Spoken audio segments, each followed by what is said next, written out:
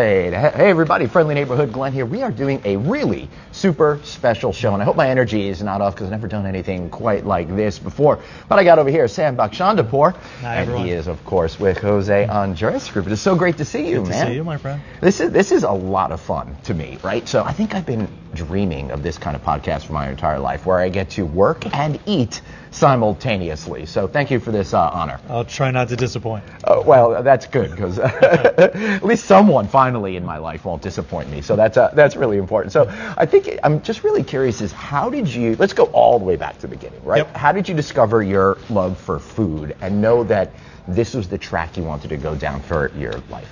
Yeah, look, being an immigrant myself, family meals took on a whole new experience. Right. When, my father immigrated after sending my mother and me to the U.S. Where did you come from? From Iran, and we immigrated right after the revolution. Right. And, so like 1978, 79? Early 80s. It was like 81. Right, okay. And I remember family meals were everything, especially when my family reunited. And, sitting around the table with a meal, you had your best conversations, some of the deepest laughs and whatnot.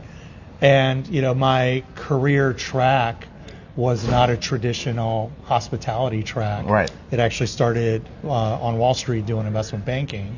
But I found myself covering the casino sector, where food and beverage and non-gaming was actually the leading driver. So what year-ish was this? This was really, this was in the 2000s. So started in the late 90s, and the 2000s shifted over to real estate, lodging, and gaming while at JP Morgan. And so I'm just thinking about that time period, because that must have been a really exciting time to get involved in the gaming industry, because the mid to late 1990s really awakened the casino industry, particularly in Las Vegas. In early 2000s, you probably saw not only a lot of the gaming companies doing a lot of development there, but also throughout different jurisdictions that were legalizing throughout the country. Yeah, look, the 90s institutional capital took over from the other form of capital that was driving gaming, and in the 2000s you really saw the launch of local regional casinos, Macau coming online, and it turned into a global institutional business. Yeah, it sure did. Now, just to inform everybody a little bit, what he's talking about the institutional capital is that it used to be a lot more money organized, to use that word very specifically, in other places. A lot of union type of money, other types of money. But in order for Las Vegas to really grow big and bold and to create the types of properties that I think kicked off with Steve Wynn's creation of the Mirage, that's what really changed everything. And you needed that institutional money in order to be building the buildings that now cost $4 or $5 billion. And that's the thing. It went from 400 or 500 million, which I think is what Mirage came in at. It did. Yeah. And when you look at now, a couple $1 billion casino is a boutique casino. Yeah. So the billions of dollars that flowed in truly transformed the gaming industry, Las Vegas in particular. And the irony was, as those billions are flowing in, the gaming industry went from predominantly gaming driving the revenues. That's right. It flipped on its head to non-gaming. Right. And for a moment in time, you'll appreciate this. I was a kid in the 80s, and I remember the campaign of Vegas was this is a family-oriented place. Oh, yeah, for sure. And I'm like, I don't know what kind of family you come from, but this doesn't feel very family-oriented. I don't know. MGM Grand had that theme park for 20 minutes. Circus, and they started transforming. It went back to its roots of what happens in Vegas, stays in Vegas. Which I think was the best campaign tagline of all time. But going back to your question, what really appealed to me was you look at the drivers of Las Vegas, and it was shopping, dining, drinking, partying, and gaming became a third, where non-gaming became 2/3. Yeah. And at that time was when I transitioned out of Wall Street and went into operations and investing, working for a sponsor-backed company that was launching its hotel platform as well as a casino on the Strip. Right. And that's where I actually met Jose, where upon launching the hotel in Beverly Hills, the Bazaar was the flagship restaurant for that property. Right. And we went from Beverly Hills to Miami to Vegas together, ended up selling the sponsor stake, And the first transaction I did, I called Jose. Right. And we bought back the Bazaar brand together from the previous company. Right. And have been expanding it ever since. So how did you actually get to know him personally that you were able to create that type of relationship? So it's a funny story. My first interaction where we're sitting there just like this, middle of the day, in the Bazaar. Right. We are doing a tasting. And like every other tasting, Right. Jose's dish after dish comes out. Jose is elevating it, providing his magic touches. And he turns to me and he goes on this tangent. He says, my name belongs on the green wall, on La Cienega, the Bazaar brand, and what we're doing is driving traffic from the locals. It's letting everyone come and stay at this hotel, getting the top rate, and he's getting worked up and he's getting fired up. Bazaar by Jose Andres is the soul of this property. Right. And he's going on and on and on, and he stops and I go, are you finished? Yeah. He's like, yes. I'm like, come with me. Uh-huh. We walk outside. I had already gotten approval. His name is on the wall. So it said Bazaar by Jose Andres on the green wall in La Cienega. Right. And at that moment, I realized, I'm like, we've built a professional relationship, but personally we connected saying, look, I appreciate how you stand more than just being a chef. Right. You stand for mission-driven. You're creating these once-in-a-lifetime culinary experiences. And for us, as an unknown hotel brand that was just launching, the heart and soul was Jose Andres. Right. And nothing has changed. Fast forward 15 years later, when he comes into this property, and this is a gorgeous Frank Gehry design, the exterior, Tara Bernard's the interior. It's one of the most beautiful properties, frankly, in the U.S. It's definitely the nicest hotel, in Los Angeles. Jose is the heart and soul of this. And when you come, it's obviously closed for our conversation right now. When you come and you feel the energy and you walk around, you hear people saying, this menu, Jose Andres is behind it. He's the man who's out there feeding people and disaster relief. Someone else is like, I watched this show on Discovery Plus. Right. He's the one that had the Bazaar in Beverly Hills. There's this following and this spirit that follows him even when he's not physically there. Yeah. And that's where we built a friendship, we built a partnership, and I've been growing the business ever since. It's so interesting to me that when he came around, we had already been through that first couple of waves of the celebrity chef and stuff like that, and people's understanding and connection to food became a lot more sophisticated. So I think he was really able to be in the market at the right place at the right time to address the current palette that was happening then with some of the more high-end types of food. But what's curious to me is he's always just kind of gone about his business. He's become a chef that happens to be a celebrity, but not a celebrity chef. Right? It's a very different mindset, I think. How do you think that's been able to affect the way that you all work together and are building a business, which I understand is now 36 outlets, you said? Yes. It's a great question, one that I consistently ask myself is, how do we get here? Where are we going? Right. And the common thread from 30 years ago when he launched Jaleo in D.C., fast forward to last week was the 30th anniversary of Jaleo in D.C., authenticity has been the formula to success. Right. All right, we're going to get our first bit of food over here. This looks absolutely delicious. What do we have here? This gazpacho? Gazpacho with king crab. Excellent. Gazpacho estilo Algeciras. All right, great. Algeciras. Sorry, guys. I haven't taken Spanish since 1993. And speaking of Spanish, I was very bad at it. But my parents were driving down. My parents were driving down to the University of Maryland, went to school for my graduation. But if I didn't pass that last Spanish exam, which I waited till the last semester to finish, then I wouldn't be able to graduate. Now, I don't know if this is connected, Sam, but I did have a VHS of Seinfeld, which was just gaining popularity back then, and I gave it to my teacher, and I got out with a C. So I feel very proud. C's and D's make myself. degrees. You did it. Good job. All right. So again, Spanish chilled tomato soup with cucumbers, green peppers, and sherry vinegar with a king crab in it. So this gazpacho is actually Jose's wife's recipe. Really? So everyone gives all the credit to Jose, right? But it's really Patricia that gets credit. All right, so it's hard to see, but I'll try to get up there. Excellent. So it's her recipe from her hometown, which they made. We've actually packaged this as a consumer product as well. Really? and it's wonderful, especially on a warm, sunny day, which we get to enjoy here in LA. It's one of the classic, iconic recipes that Jose and the Jose Andres group have. That is absolutely fantastic. For me, like, I was always intimidated by chilled soups growing up. It's like the whole idea scared me, right? But I did definitely get into them at some point, and something like this just is extremely clean tasting to me, but also absolutely delicious. It's got that tomato, but it's not too overpowering. No, it's the perfect balance, and thank you, because I can take absolutely zero credit for any of these dishes. I just talk about them and enjoy them next to you. But, exactly.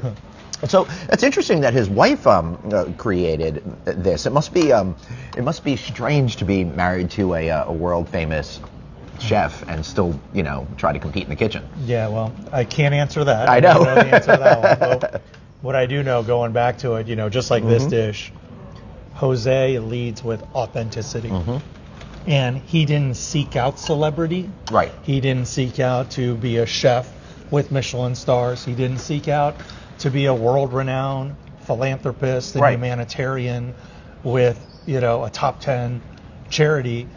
Everything he did was authentic and from the heart. Absolutely. He wanted to deliver the most authentic Spanish experience of tapas, bring it to the U.S. And what you see is his energy and his spirit shining through the restaurants. Right. This product is exceptional.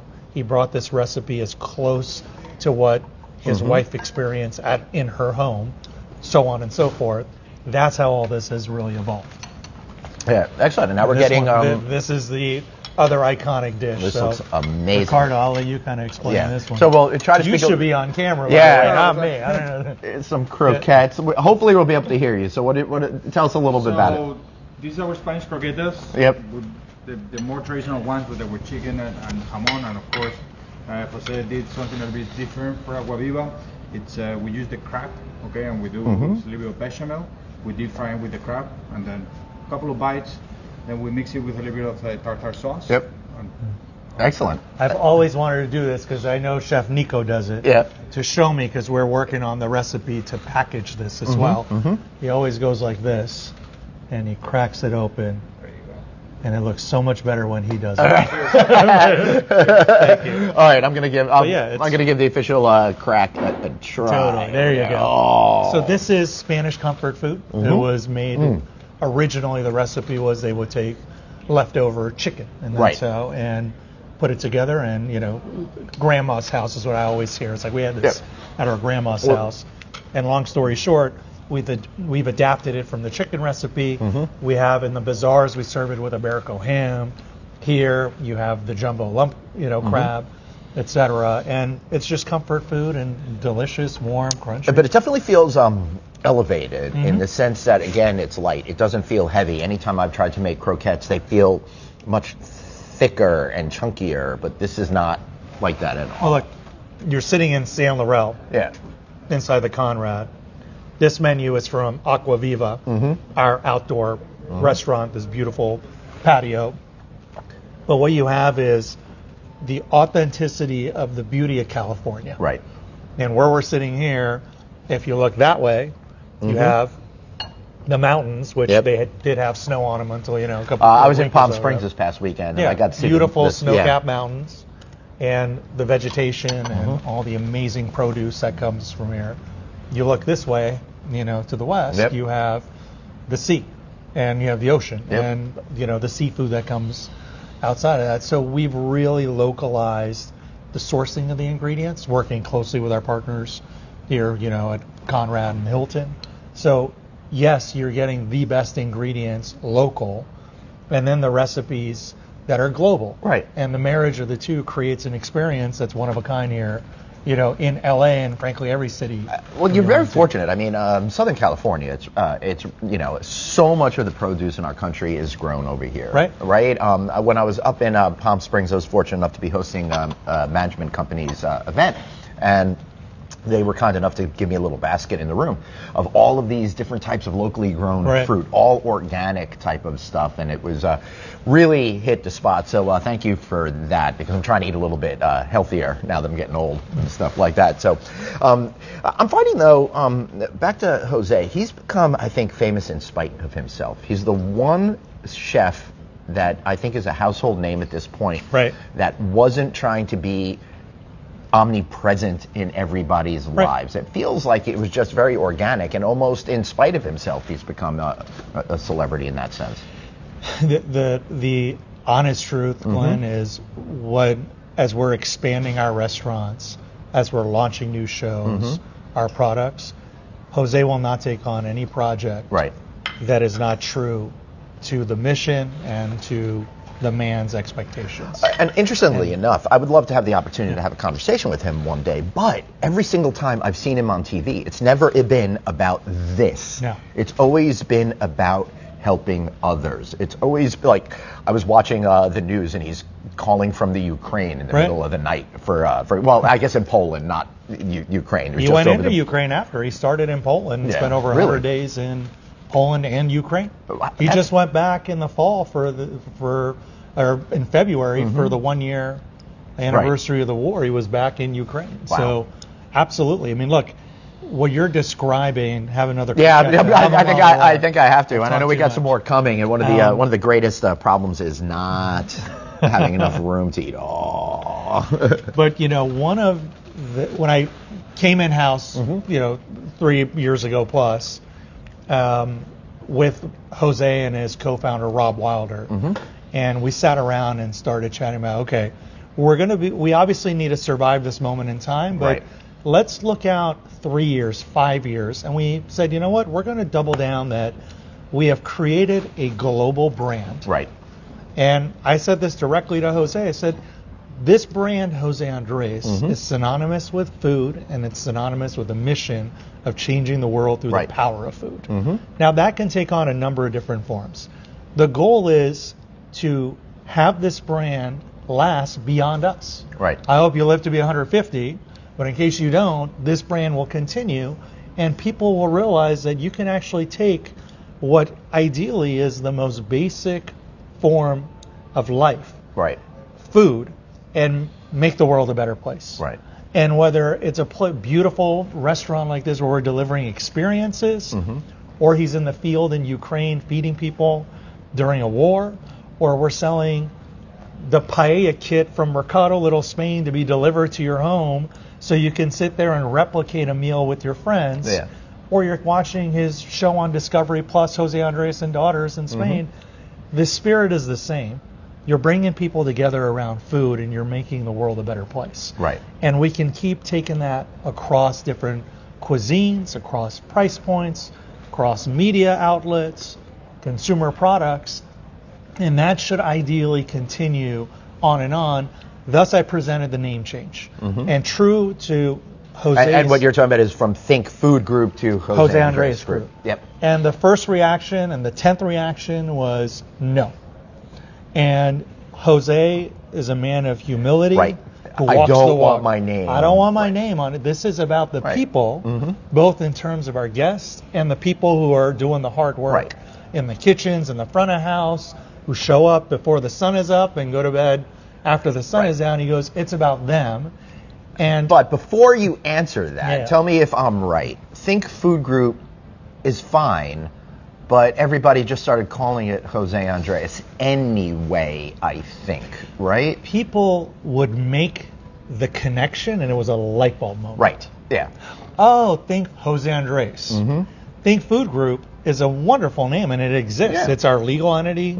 We love the history of Think Food Group, and Think Food Group had think tank as its essence, so there's a real wonderful spirit about the name. But the natural evolution after 30 years was, this isn't about the man Jose Andres, this is about the spirit of Jose Andres and what he walks the walk every day of his life. That's why the name change was such a natural.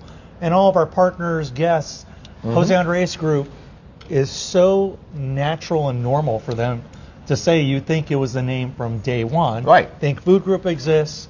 The consumer-facing name is Jose Andres Group, And again, it all ties back to the spirit of, what he set out to do 30 years ago as an immigrant. And it doesn't surprise me that he didn't want his name associated with it, because it's always about others first. Again, I've never seen somebody of his prominence that is so focused on others. It almost seems to me, every interview that I've seen with him, anytime his name comes up, or they try to ask him questions, he always tries to deflect it Completely. to what I'm doing to help others.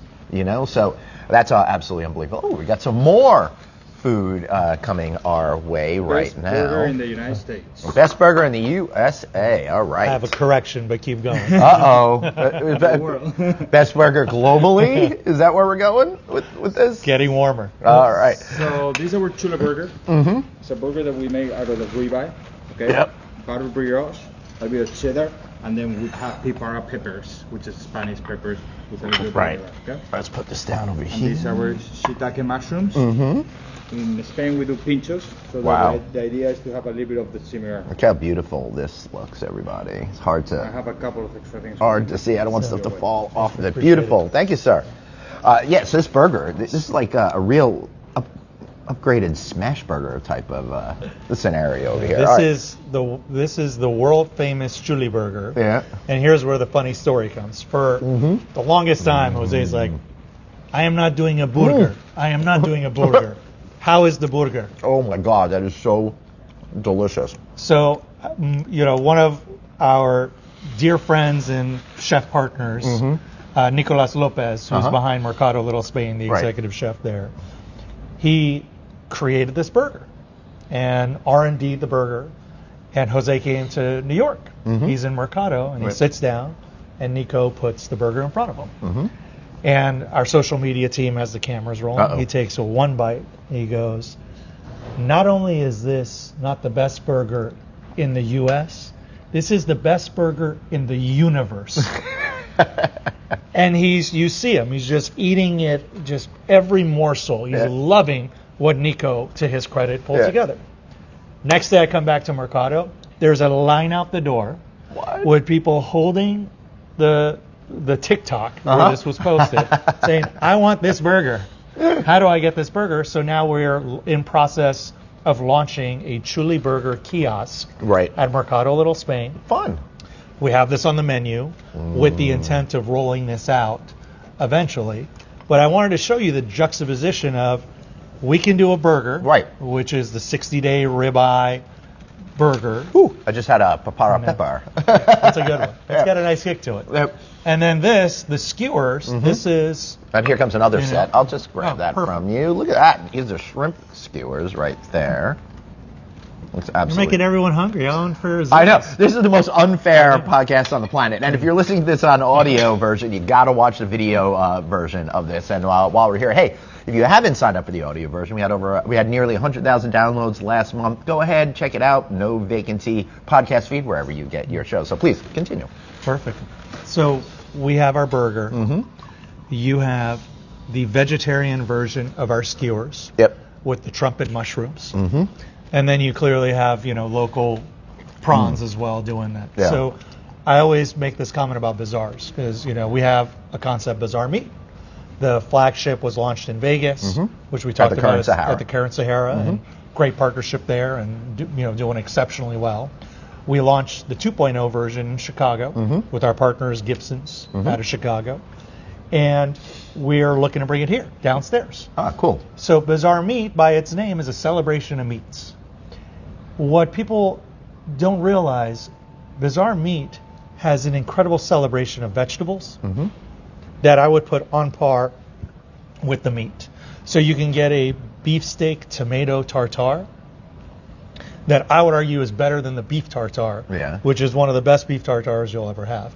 That's the spirit of Jose. He'll celebrate vegetables the same way he'll celebrate meats. Again, the celebration is the locally sourced, products. Right. Can I offer you a shrimp skewer? Yeah, you're doing a whole lot of talking, not a whole lot of eating. It's making me feel guilty. No, it's not really making me feel guilty at all. I'm getting to eat, so, They only do to go for me, so... So I love that. I really love that you're kind of like democratizing food for everybody, bringing people together in that spirit of connection, whether it's us here right now or getting to take out a loved one or being with your friends or helping people that are going through crisis around the world. How do you think about all of these different ways that people can connect over food? Because what I'm sensing here right now, a burger aside, is everyone can, for the table, you really have an emphasis on all of that. A lot of little trying different things. I guess it goes back to the roots of tapas, right? Yes. And that must be culturally really imbued within him because of that. Absolutely. Dig in with the shrimp. So it is truly the heart and soul of what Jose set out to accomplish, where he makes his comment, I feed the few and the many. Right.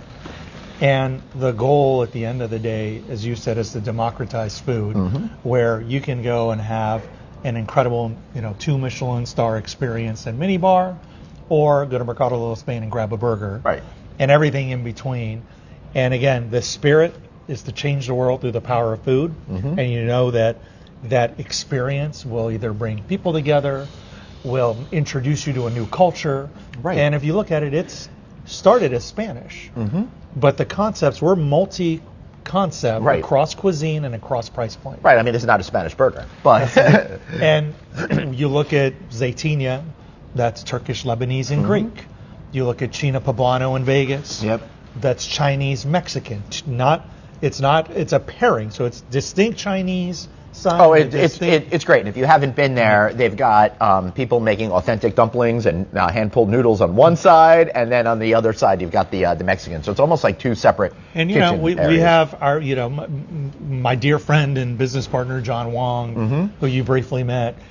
Taiwanese. First time he ate a China Poblano, he said, "These dumplings are as good, if not better, than what I have at home." When you look at the quality of how thin the dumpling's made without it falling apart, it's not a dense dumpling. And that tells you the authenticity of why food, it's people, it's culture, it's global.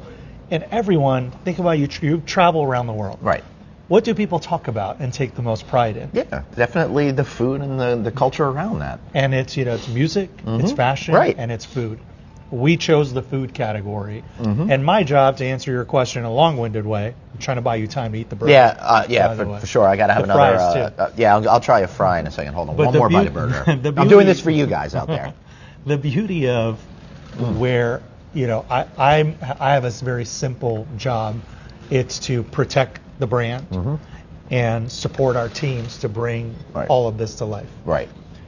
What Jose sets out day in and day out is to capture the essence of what we're experiences.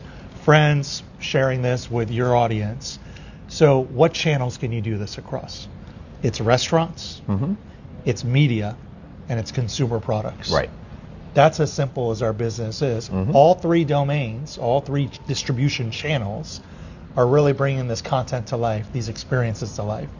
And whether you're capturing it like your audience is over a podcast on their phone, listening or watching it, or they're ordering it to their house, or they're coming to the physical location to dine, it's about that experience of bringing people together. It sure is. A practical question. The shrimp is absolutely incredible. How is it cooked in such a good way? Because most restaurants you go to, there's a little bit more chew to this. It's almost melts in your mouth, and there's like no resistance whatsoever. And when I cook shrimp, and I'm finally getting better at it, they used to wind up really chewy and stuff like that, but there's zero chew at all to this. The beauty is, I do the eating, I don't do the cooking. That's why it tastes so good, or else my shrimp would end up like your shrimp, very chewy. But no, we have, the credit goes to this incredible R&D team and chef partners and culinary team. That's the heart and soul of this company.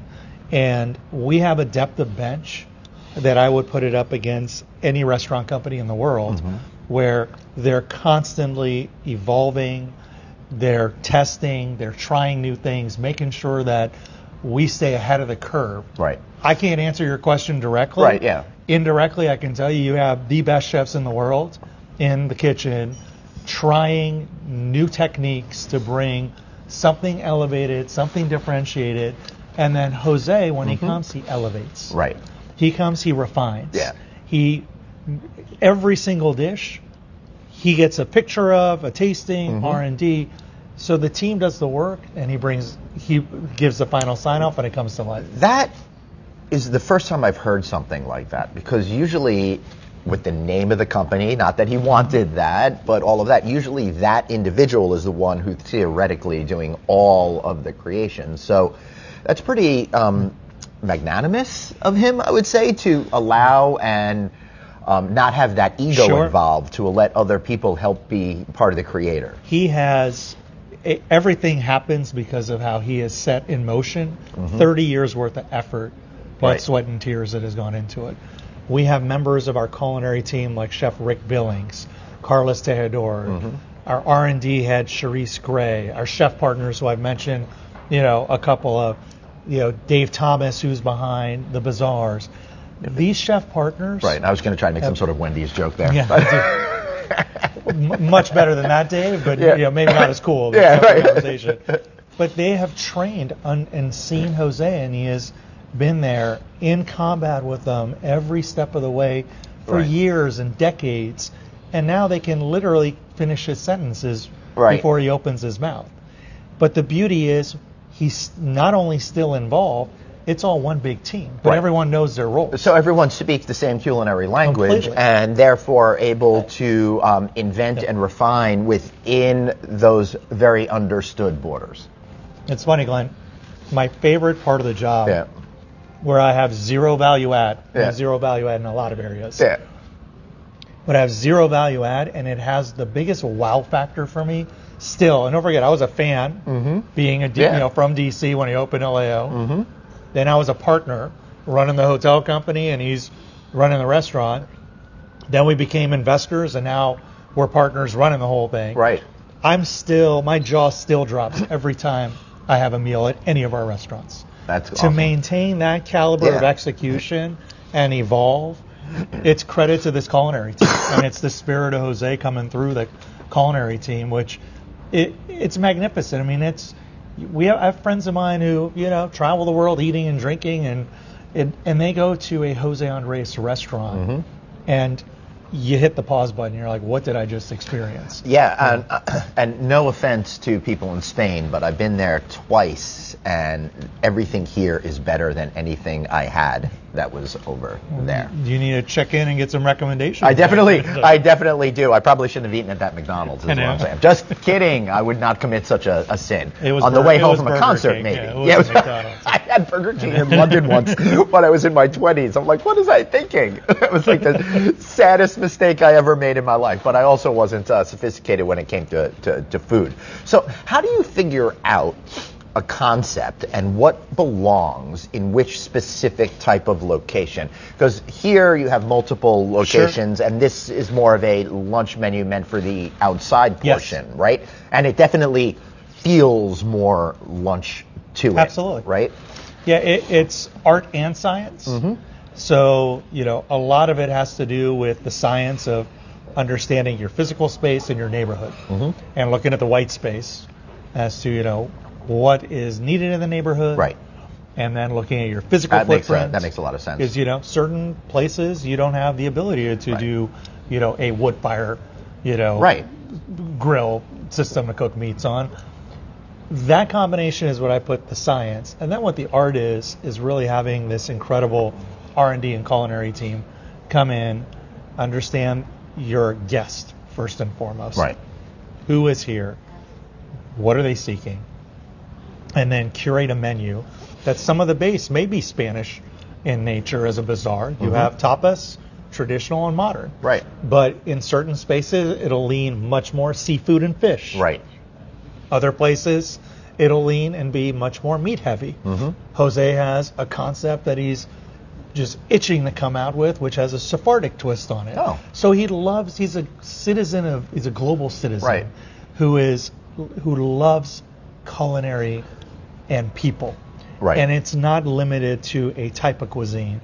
And the beauty of our platform is, look, as we scale, you need to work that much harder to maintain the expectations and the standards. Very true. And with 36 locations, that's obviously more of a challenge than if you had half as many of those locations. But obviously you have the right people in the right place and very passionate human beings over here making it all happen. But I'm curious, again, on the concept thing, how did like Cina Poblano, if you can speak to that, come together? Because for most people, the thought of Mexican and Chinese food is unusual. However, as a New Yorker, I see Chinese restaurants with Mexican food all the time. You know? Here's your last interviewee. All right. Yeah. Unfortunately, this last interview didn't go well, and I'm a little nervous, you guys. This dude got. Yeah. Look at that. Oh my God. Hello. So this is how we cook fish in the south of Spain. Right. Fried fish, and it comes with mojo verde. Traditional Spanish sauce with parsley, cilantro, olive oil, and cumin. Excellent, thank you. And for those that you didn't hear, as fresh herbs, mojo verde, tartar sauce, citrus, and it's a whole fried sea bream, a Spanish Yeah, dig in. I'm gonna try to make all of this work. Well, look, the R&D of Cina Poblano, and originally it was Cina Chilcano, which was Peruvian. Right. Jose is a historian who studies a lot of trade routes. And please get started on this one. I will. Thank you. And part of the history goes back to where the Spanish settlers and the trades were happening between China and Spain. Right. And you go down to Mexico, there are areas in Mexico where traditional garb, food have these Chinese influences. So he took the history lesson and brought it to life, saying that, everyone loves both of these concepts when they're done authentically and in an elevated manner. Who doesn't love quality Chinese food? Who doesn't love quality Mexican? And then B, the genius was doing something that had never been done before, and that's creating a concept that had side by side a takeout window to get tacos and margaritas and a takeout window to get dumplings. And it was lightning in a bottle came together, and fast forward, 13, 14 years later, it's still setting records in Vegas, performing, and we are looking for the expansion of that concept to bring it to life. I can't believe it's been so long. 2009. Yeah, wow. That is a long time. And if y'all could find it somewhere in the interwebs, I did speak to Rob Wilder when I was at my old job, and I did 100 episodes of a podcast before this series of it. I got to dig that one. That one would be a good one. It would be. It'd be interesting to see how cool he sounds and how bad I am on the mic. Rob is not aged. I spoke to him earlier today. So Rob is still, he's our co-founder. He's the one responsible for setting this in motion and has been not only a great friend to Jose, myself, and our company, but he has a very important role as the ultimate culture carrier, and we form the office of the CEO together with Rob. So thrilled you guys, have had that. Yeah, not that he'll remember it, but it was a very important moment in my life because I got to go to the opening of this amazing casino resort, and then I had the honor of talking to this executive at this company, and I got to talk to John Unwin, who was the CEO at the time. So I have so many fond memories of that particular. I was there at that opening. Were you? Yeah. We probably bumped into each other, and I didn't know it. Now I think you also have a chef's table concept over there as well. We do, right? With the accent above it, inside of Jaleo. Yep, that's what I thought. So that is, they don't do Michelin stars in Vegas. We always, sit back and think if they did, what the world would look like, because that is truly once in a lifetime experience led by. And it's impossible to get a seat. For you, I'm sure we can figure something out. I'm not trying to get in necessarily, but people have told me that it's hard. It's a small space, inside of Jaleo. That's our flagship Jaleo in Vegas. You have the open fire, and it's again having both experiences work well together, and you down one floor and you have.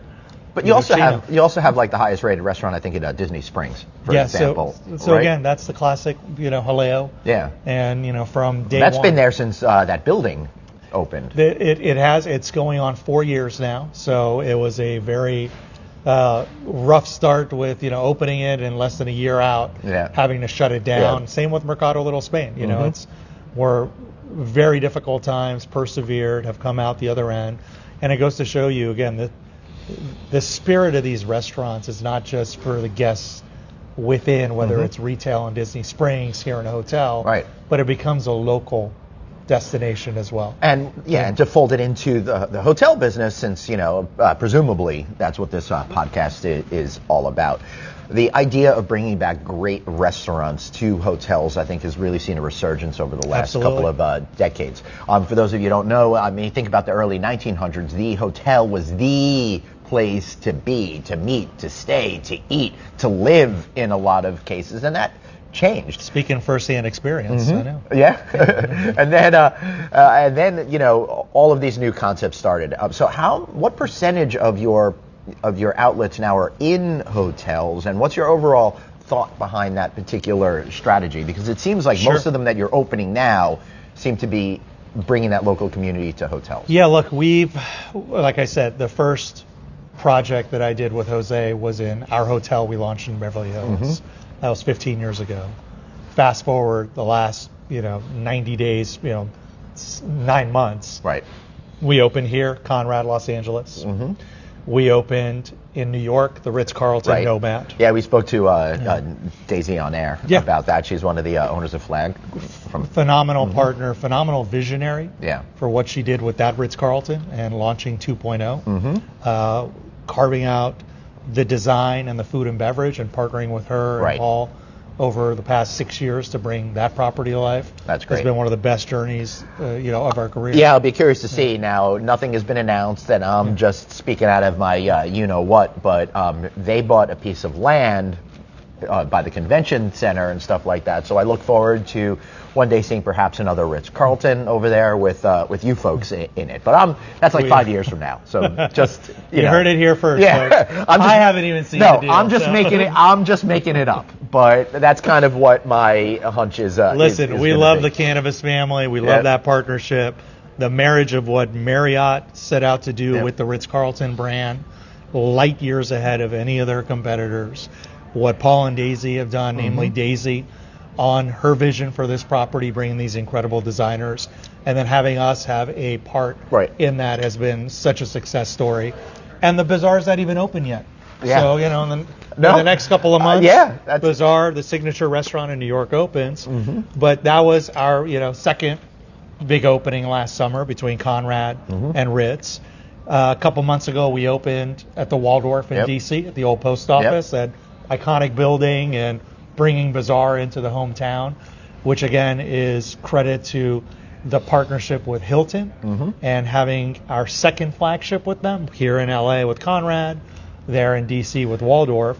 We have been growing with Marriott and Hilton and have more projects on the horizon with the two. Plus, you're with other hotel brands as well. We are. In February, we were very fortunate to be part of this star-studded lineup of restaurants opening up at Atlantis, the Royal in Dubai, with our partners Kerzner, who have truly built a property that is, second to none in a region that sets the expectations for luxury at the next level.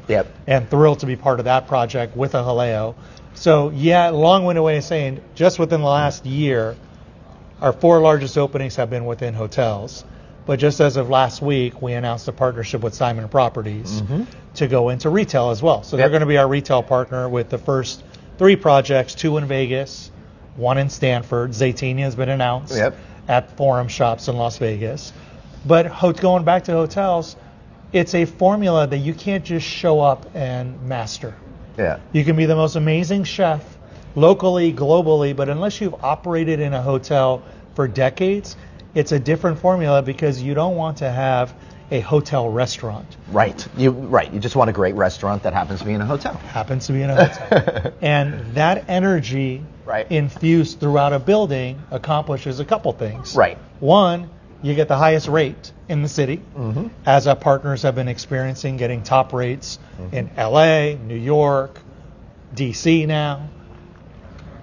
Can't take full credit for that, but we're a small part of it. Because without the F&B, it becomes another rooms play. And rooms play, you're not getting top dollar. It's the experience. And this goes back to our casino experience. I learned this growing up in the boardrooms of MGM and the top, wins of the world. What I would always hear Mr. Wynn saying, our dear friend Jim Murrin at the time. Yep. Jim in particular, you'd say, use this So phrase. people know he was the CEO of MGM Resorts, and then left at the beginning of the pandemic to go head up a task force.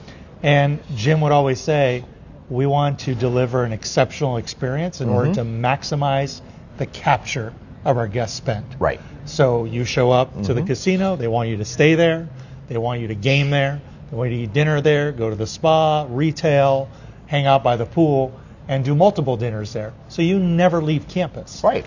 That was the spirit of how we launched our hotels. And with Jose, I said, look, why don't we accomplish that casino model for our hotel partners where you can have multiple meals here. Right. You can have this incredible room with these views of looking at Disney Concert Hall. But you know what? One day we want to eat outside and enjoy the beautiful Southern California air. The next night we want to have this glamorous dinner at San Laurel. Right. That was always the spirit. The more spaces we control within a hotel, the better the guest experience is, which ultimately for the developers and owners, it drives room rate and also creates a destination for locals. Right. So I, who live on the other side of town, have no problem hopping in my car an hour later having this meal as a destination here at Conrad LA. Right. Yeah. It makes a whole lot of sense to me. And what's interesting is we're eating the menu off of Agua Viva right now, but we're in the San Laurel space. So what is the difference between them, and how do you work to make sure that they complement each other instead of stepping on each other's toes? Absolutely. So this San Laurel space, when you come in here at night and Disney Concert Hall is lit up. Right. And just so everybody knows, it's right there outside the windows across the street. And it's one of these iconic moments in Los Angeles that anyone visiting LA has to come and see Frank Gehry's incredible 20-year-old design that looks brand new every day. Yeah, it's I'm gorgeous. Blown away by it. And then designing his property across the street. So for us, this is an elevated experience of Spain meets California. And you've seen some of the produce and the product showcase, but this is supposed to be much more of a elevated dining experience where you get that incredible bottle of wine and you're trying some dishes that are newer to you, that have Jose's twist on it, some classics, and you walk away blown away. And it can be pre-theater, post-theater experience. Our beautiful Beaudry bar down there is complimentary. Sometimes you want to go for a lighter fare. Right.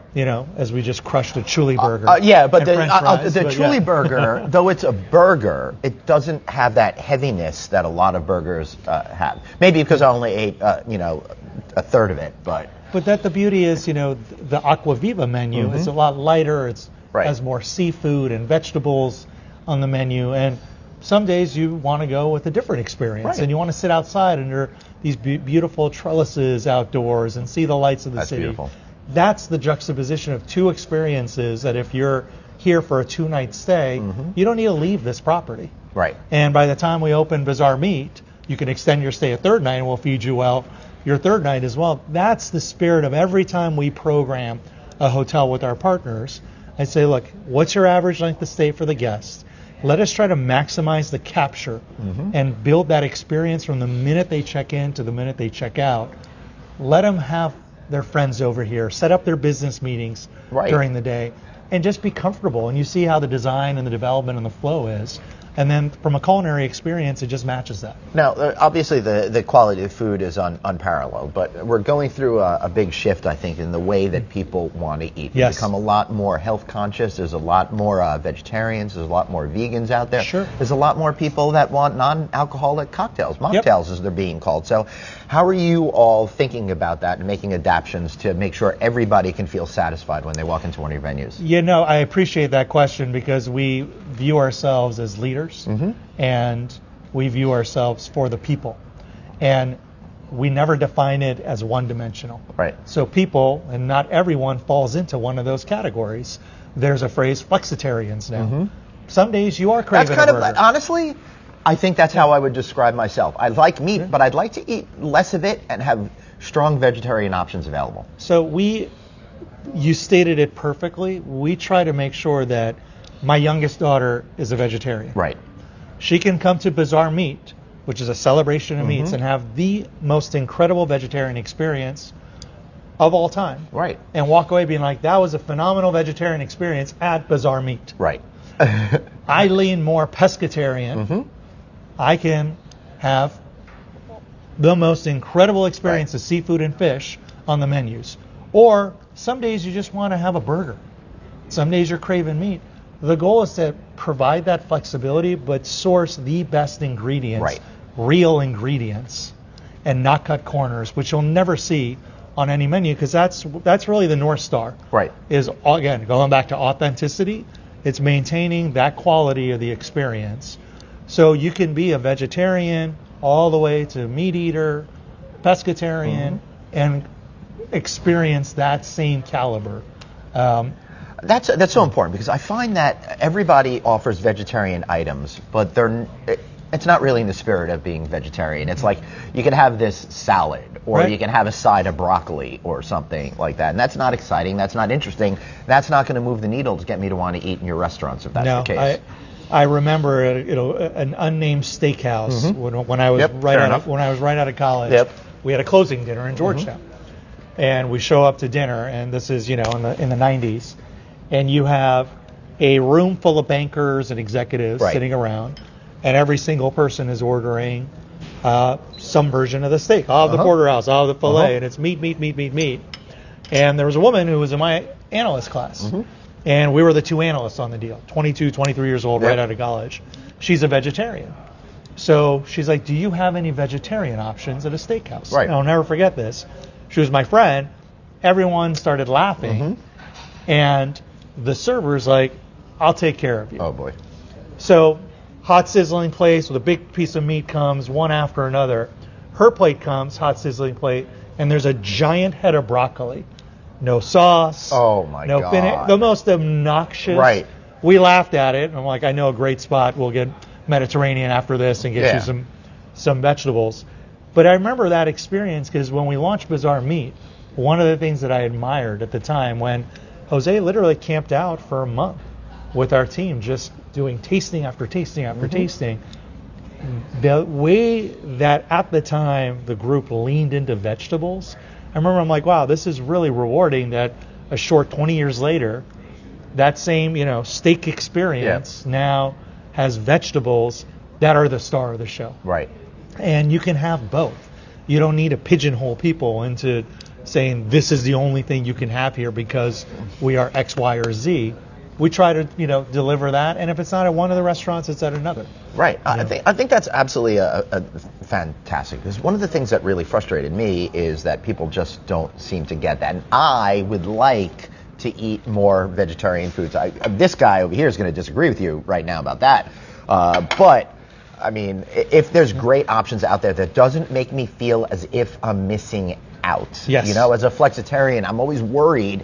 When it comes to vegetarian food, am I going to be missing out on that steak, or am I going to be dissatisfied because of it? So I love that you're making it a little bit more complex. So let me switch. One of the questions that always seem to come up is when you have the name behind the company, how many days are they supposed to be at each location and stuff like that? How do you balance that to make sure it works? And is it even necessary? Because this place is, Agua Viva or it's San Laurel. It's not celebrity chef name steak. So it's a little bit different, I would think. No, it is. And look, the experience is what we lead with. Right. I'm not coming here because I want to see chef. I'm coming here because I know what to expect of the experience. And it's the Jose Andres group is behind it. Right. Which sets a certain standard. And it sets a certain expectation.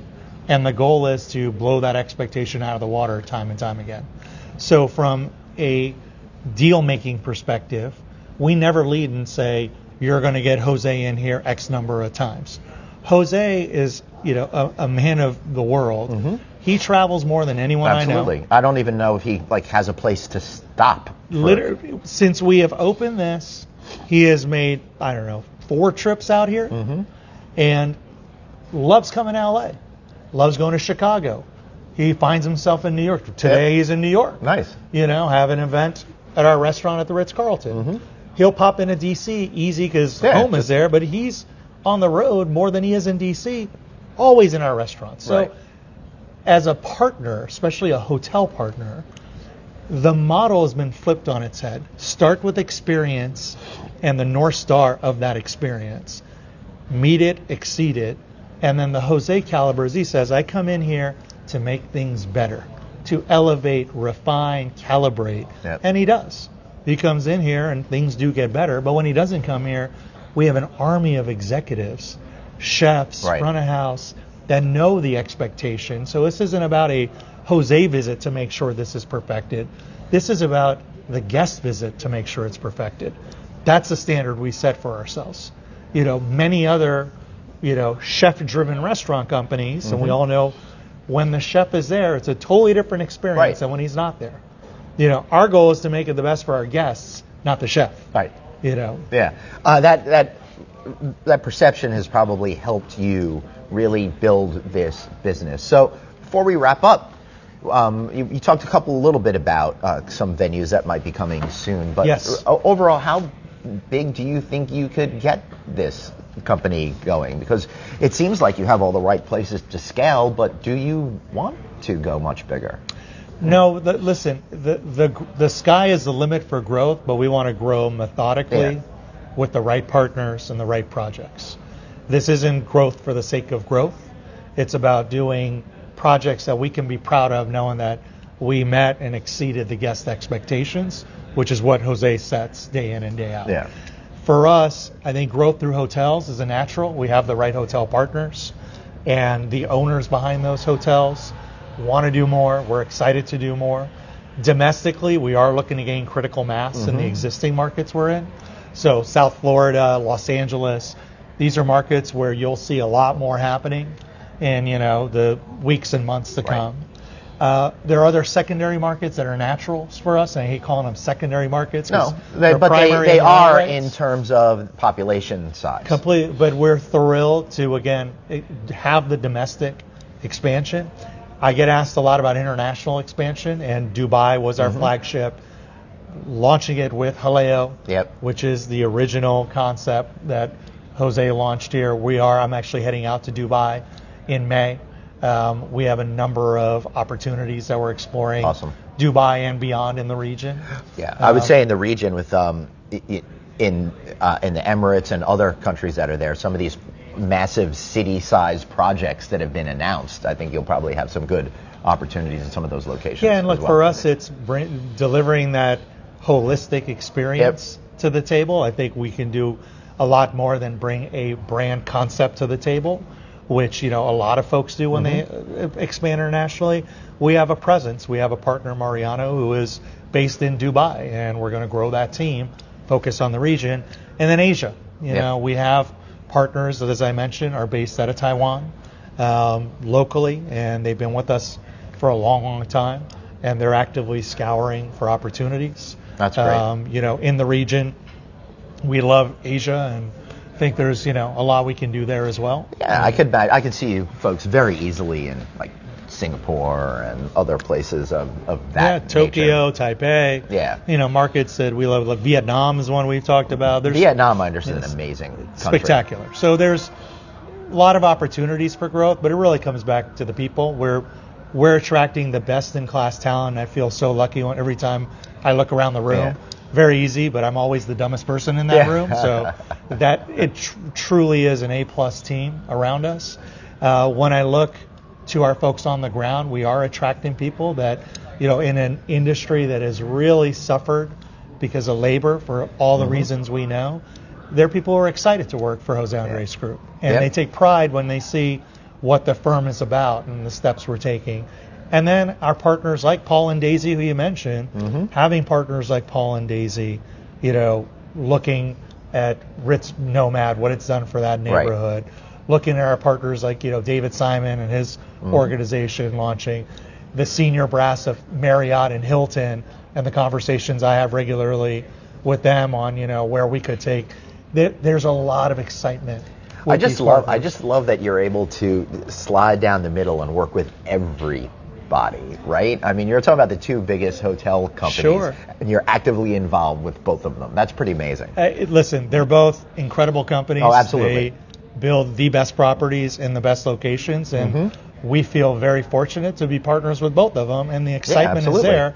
And not to mention, we love all of our hotel partners, but these two, they're cutting edge. They're forward thinking. They're not just resting on their laurels, which is what we love. Look at Conrad. Yeah. Look at Ritz Nomad. That's where that excitement comes in. So you'll see more with hotels. And I love to do a follow-up and, Yeah, for sure. Now, keep feeding you. Absolutely. Now, before we wrap up, I want to take it back to you. Have you ever gotten back to Iran? Because I understand the people there and the culture is just absolutely phenomenal, but the politics makes it so difficult. I have not. Yeah. My father worked for the Shah, and so I'm on a blacklist. Of course, the closest I've come is when I leave Dubai, right. we fly over Iran. So Emirates flies over, and there's, probably a 20-minute part of that flight. I'm like, well, I hope we don't have any technical difficulties to land the plane, or there'll be a lot of disappointment in the air. Right. Yeah. But it's the cultures, you realize what is portrayed on the surfaugh is not necessarily the spirit of the people. Yeah. And this movement that you've all. seen over the last few months, that through the tragic death of a young woman just wanting to live, and the subsequent rallies and cries for freedom that we all take for granted. Right.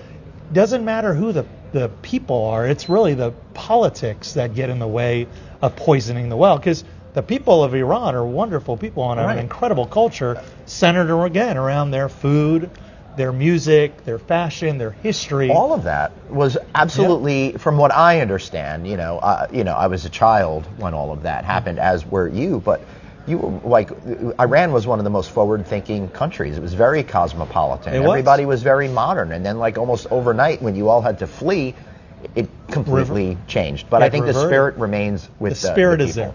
The spirit is there, and my dream is one day to be able to go back and experience it, especially with my daughters and see what where I came from. But I left at age 6 and have never been back. But in the meantime, I get some great Persian food in Dubai, not too far away. I mean, that's great. And, for me, I don't even know where my family came from. I was from this amorphous Russia-Poland area, right? So I don't know what that means. But I did get to go to Israel and all of that, which was absolutely fantastic. I only say that because I'm the Jew, so I I had to go visit Israel. So how can we learn more about you guys? How can we find you? Thank you. Please, just keep your eyes and ears open. Thank you for taking the time to showcase what we're doing and share this meal with me. But we're actively on our social media handles, on our website. There's plenty of press. Just follow Jose. Just follow Jose, you'll see all and then reach out to Sam over here, make a deal, bring it to your new hotel project. I hope you guys enjoyed watching this show today. I certainly enjoyed getting to talk to Sam here and eat all of this incredible food, and I'm sorry you guys couldn't join along too. Whenever I watch all those cooking shows and everyone's going, I always feel so jealous, so I hope I didn't do that to you too much. All right, thank you so much for watching. Be sure to subscribe, hit that button, all that kind of stuff. We'll see you guys later. Thanks so much. Appreciate you all. Thanks, everyone. Bye.